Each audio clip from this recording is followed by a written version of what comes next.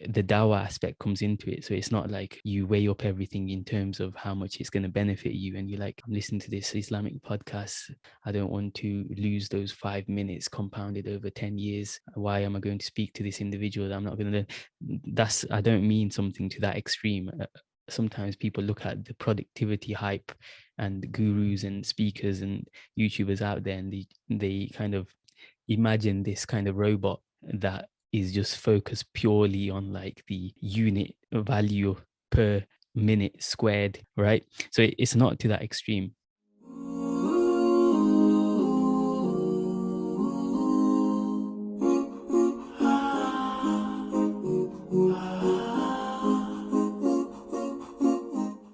Assalamu alaikum all, and welcome to another episode of the Optimized Muslim podcast. I've titled this one The Gym Library Concept, or I will have used the YouTube title with those words in there somewhere. It's an idea that I've not made up or come up with. It's similar ideas are in the kind of self-development sphere that I've heard before, but it's something that I've definitely benefited from a lot. And that's why I wanted to share it. Inshallah, some of you benefit, and I think it has the potential to make you better Muslims, which is obviously the whole purpose, inshallah, of this project. I'm going to kind of talk in a more natural way to the camera. This isn't really scripted. I have just come back from the gym about an hour ago. It's about 6:30 in the morning here, and I was just going to talk through this idea in a longer form kind of way. I'll explain the idea in a concise manner, and then I'll explain some of the thinking behind it. And the intention is that it gives some of you the motivation, some of you who are already on this kind of wavelength of thinking, self-development, constantly trying to improve yourselves. Sometimes when you're introduced to a new idea or concept, you're excited to want to try it and see if it works for you in your life and routine. That's how I normally try different ideas, and it's a way of being that I've benefited a lot from. So essentially, the idea is that when I go to the gym, I treat it like going to the library too. And in summary, essentially, it's that I make sure I listen to various different sources of media that are going to be benefiting me in terms of knowledge or something beneficial. And therefore, however long I spend in the gym, whether that's 1 hour or sometimes 2 hours, it doesn't seem as though I'm purely going there just for the gym aspect. It's more for also the knowledge I gain whilst I'm there. And this is something that I've been doing for many years. And it's linked to the whole mental diet concept that I've got a video on and I'm constantly posting about here and there, because it has the potential to kind of dramatically change your life in a sense. That seems like one of them big statements, but think of it this way. Now, I'm sure some of you already do this. Essentially, it's a way of using your time, maximizing your downtime where you're not necessarily using your mind or thinking ability necessarily, so that you can occupy yourself by listening to, say, a podcast or a lecture within that time, and therefore multiply the use of that time and make it more productive. I'm sure some of you already do this, whether that's through when you're commuting or doing other mundane tasks like cleaning, you might listen to something beneficial. But I wanted to explain my thought process and delve a bit deeper into it, and also provide perhaps some tips as to how you can start doing this and how you can maintain it as well. First, I'll start off by explaining how I currently make use of that time, and then I'll go more into the motivation and kind of theory behind it. So currently, say, I'll often, within my time that I use for the gym, I'll come away having listened to some kind of Arabic audio podcast. I can link it in the description if you're interested. I'm a kind of intermediate beginner/intermediate still in Arabic, I would say. So I'm practicing my comprehension. One of the best ways of doing that is exposing yourself to more of that content. There's this very helpful Arabic speaking podcast that some brothers have set up, and I've been listening to that maybe 20 minutes or sometimes less, but it's more so about the consistency. So that's one element. Then I'll normally have a separate playlist on YouTube, which is stuff that I've saved within like self-improvement category that I can then listen to when I have time, because oftentimes there's so many podcasts and everything else out there, they're all an hour long or longer, and you don't really have the time to just sit there and listen to it. So I listen to something like that. I generally use 2 times speed, but that's a whole other podcast maybe that I'll go into, like different techniques that you can maximize your time further. And then oftentimes on the way back from the gym, which is only about a 5 to 7 minute drive. I would say getting in and out all the way probably takes about 10 minutes. I generally listen to half a juz of the Quran audio in a fast paced kind of recitation style. So that helps with kind of going through my um, manzil for the day. So that's kind of some of the ways I use my time. And oftentimes, if you're not in the mood, you might use something a bit more. You might listen to a podcast that is perhaps not as deep or intellectually demanding, but the overall theme remains. Because, say, if I was to do this for even 1 week, the cumulative amount of content that's beneficial that you've consumed is probably like 5 to 10 hours worth. And then again, you compound that over weeks and months and years.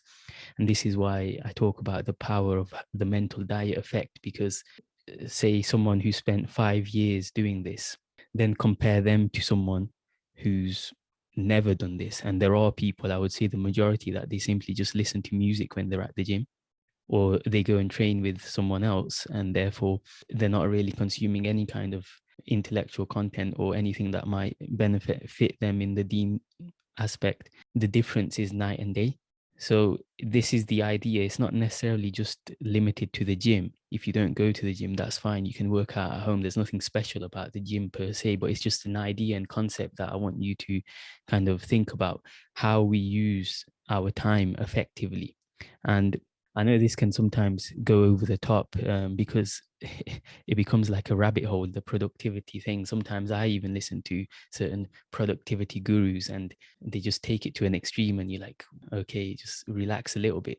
But it can seem like that to someone that's never done it. But once you get into it, you'll see the benefits and you realize there's no real downside to it. Now, again, people always like to take things to the extreme.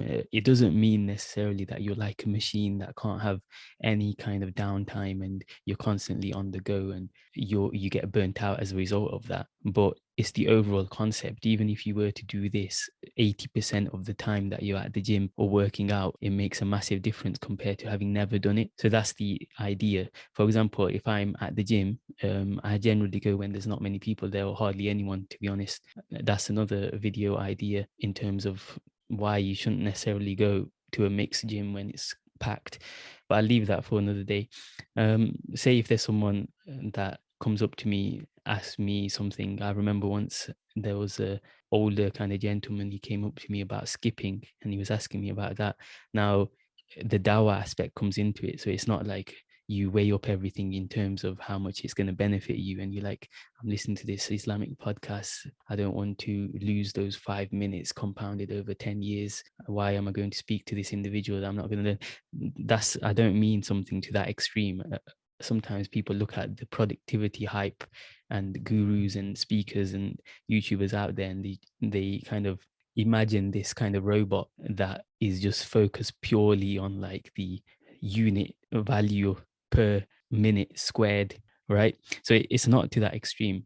But anyway, I was going to make this into a longer podcast, talk about intention. So, but I realized this has already gone on for quite a while. So I'll make a separate video on that. In summary, this video is just about how to maximize your time whilst at the gym or whilst working out, or by extension, any other activity where you're not necessarily using your mind, and you can kind of make use of your time by doing other things, right? There are some nuances and caveats to that, of course. Say if you're like someone in the 1% of working out and you're like a bodybuilder or something, then obviously perhaps your attention to the workout and building the mind muscle connection and all the rest of it that they talk about, that might take precedence. But I'm talking about the vast majority of everyday Muslims that are just trying to stay healthy or get healthy. That's what I want you to think about. I want you to think about the compound effect of doing this over weeks, months and years, and the potential life-changing benefit. You're made up of your thoughts. Your conversations are essentially formed of the thoughts that you've had. The thoughts that you've had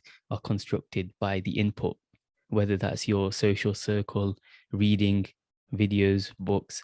So that's the mental diet concept. It's not just like, oh, there's a wise person, he's just born like that. Obviously, there's inherent IQ and inherent abilities as well. But in terms of generally, it's as a result of what they've exposed their mind to. So again, think of it that way. You have one person who's constantly just going to the gym, spending 2 hours there listening to music, and then you've got another person who follows this gym library concept, where do you think they're going to be in terms of their inner being, right? In terms of their soul, in terms of the health? They go there for their physical health, but where do you think their soul health will be? And also you can do this a lot better in terms of even without listening to something. Oftentimes if you go on the treadmill at the end of your workout, use that 15 minutes, you're already very kind of high in endorphins and you're feeling good, or you have that runner's high, they call it. Spend 10 or 15 minutes going through your daily adhkar. Again, it's the same concept, but you know how there's the hadith about the beloved actions are those that are consistent. Where everyone's living busy lifestyles, especially if you have a family and then kids. You have to make use of these pockets of time. If you spend 15 minutes every day cooling down after your workout, doing zikr, whilst you've got some perhaps white noise on in your headphones, so you're not listening to any of the gym music, you're going through your daily adhkar. Think of the compounded benefit of that. It's a kind of life and akhirah changing idea if you make use of it. So that's something that I wanted to leave you with. So it's something to think about, and it's something that you want to incorporate into your own routine. If you've never done this before, then obviously there's going to be a step-by-step process. You might not be able to completely do it in the first instance, but you have to slowly build up to that, just like in anything else. And if you're already going gym, you understand the power of consistency and logical progression and hypertrophy. You're kind of slowly increasing your ability, so you can apply that same mindset to something like this. So it's a relatively simple idea. I know I've gone on about it for a while, but I wanted to kind of make sure this is something that you consider and think about, inshallah. So please, if you do benefit, think it's a good idea, share it with someone, and also share the podcast so we can grow the project, inshallah. Assalamu alaikum wa rahmatullahi wa barakatuh.